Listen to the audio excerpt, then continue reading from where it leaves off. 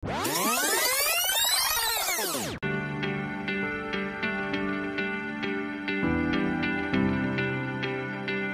na kami sa mas malalaking hamong aming haharapin.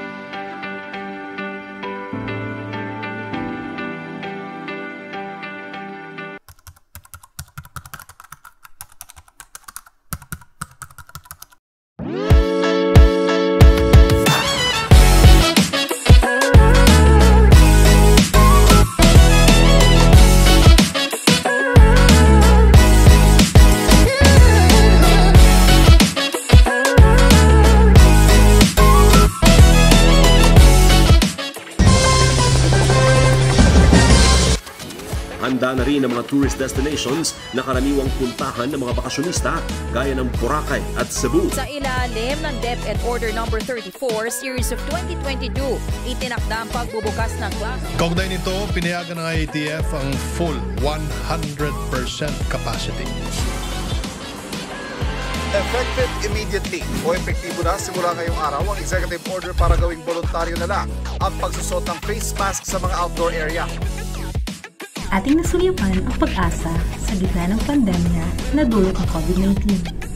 Ngunit sa kabila ng pag-usad mula sa banta nito, iba't ibang hamon pa rin ang kinakaharap ng sektor ng agrikultura.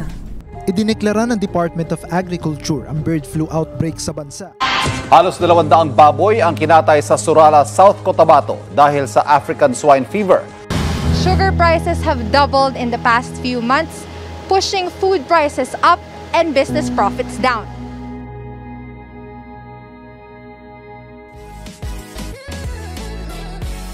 Sa hamong ito, nais namin ibahagi kung paano ang BOPS ay naging katuwang mo tungo sa pag-abot ng supply na ligtas, kalidad at abot-kayang pagkain para sa lahat.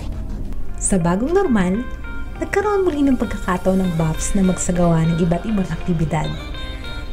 Sa taong 2022, nakapagsagawa ng Field Data Gatherings o FDGs na kawanihan upang mangalap ng datos na magagamit sa pagbuo at promosyon ng Philippine National Standards. Kagaya ng mga FDGs para sa pagbuo ng PNS sa Chinese cabbage, banana, Salagoa fiber, softshell crab, sweet corn, tuna and cephalopods, at battle gourd. Matagumpay rin na isagawa ang Participatory Guarantee System pre-inspection sa iba't ibang sakahan at palaisdaan ng bansa. Isagawa din ang iba't ibang meetings na naging malaking bahagi sa pagtupad ng aming mandato. At para magsilbing gabay sa pagsulat ng Philippine National Standards, binuo ng Standards Development Division ang 2 standardization guides. At katuwang ang technical working groups, naaprubahan din ngayong taon ang 11 PNS at naamyandahan ang 8 nito.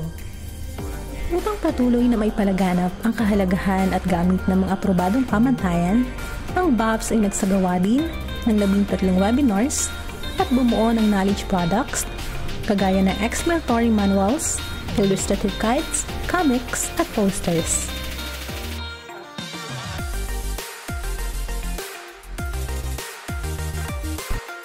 Sinuri din ng Technical Services Division ang mga naaprobahang pamantayan sa pamamagitan ng mga sumusunod na inisyatibo. Matagumpay ding nabuo ng Laboratory Services Division ang 4 na technical reports na ngalap ng pangunahing datos ang LSD sa iba't ibang rehiyon ng bansa sa pamamagitan ng field data gathering activities.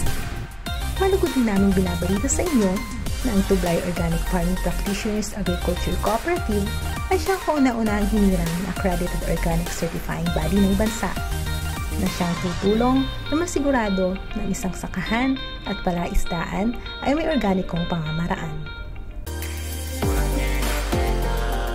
Ako po si Rini Alba ng Sitio Maranay, Barangay Isugod, isang practitioner po ng organic na ituro sa amin kung ano ang mga dapat namin gawin para makasunod sa tamang proseso, lalo pang nadagdagan ang aming kaalaman para lalo pang mapaganda ang aming pagpapractice ng pag-oorganiko.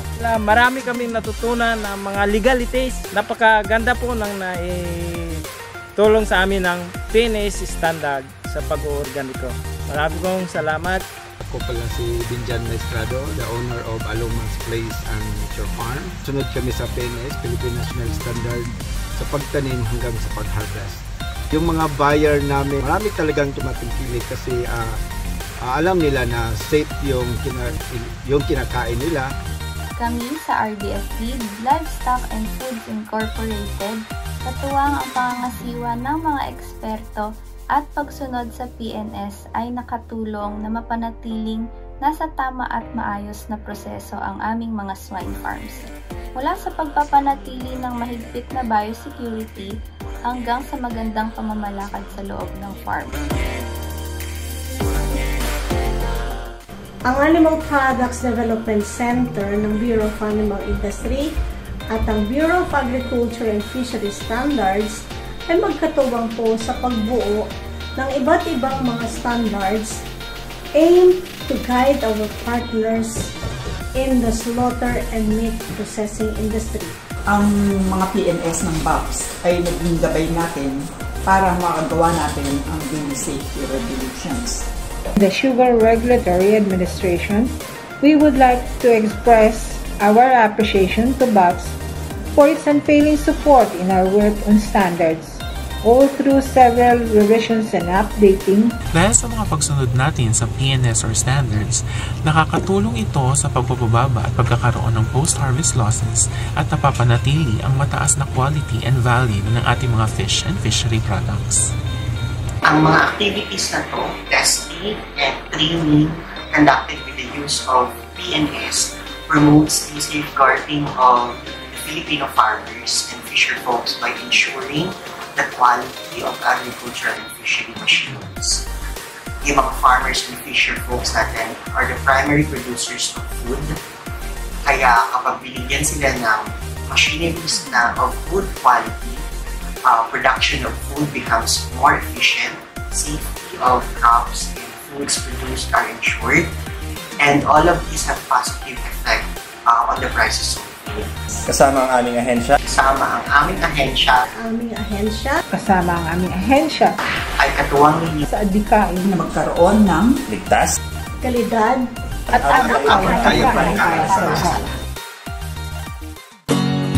sa pagbuo ng angkop na pamantayan, magpapatuloy sa ating nasimulan.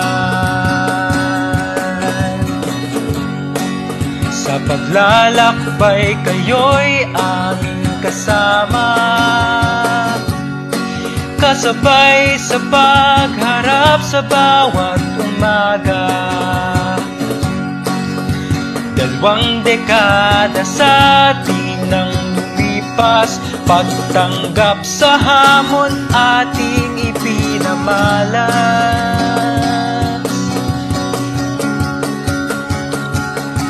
Sa kalungkutan at kasiyahan, ang maunos.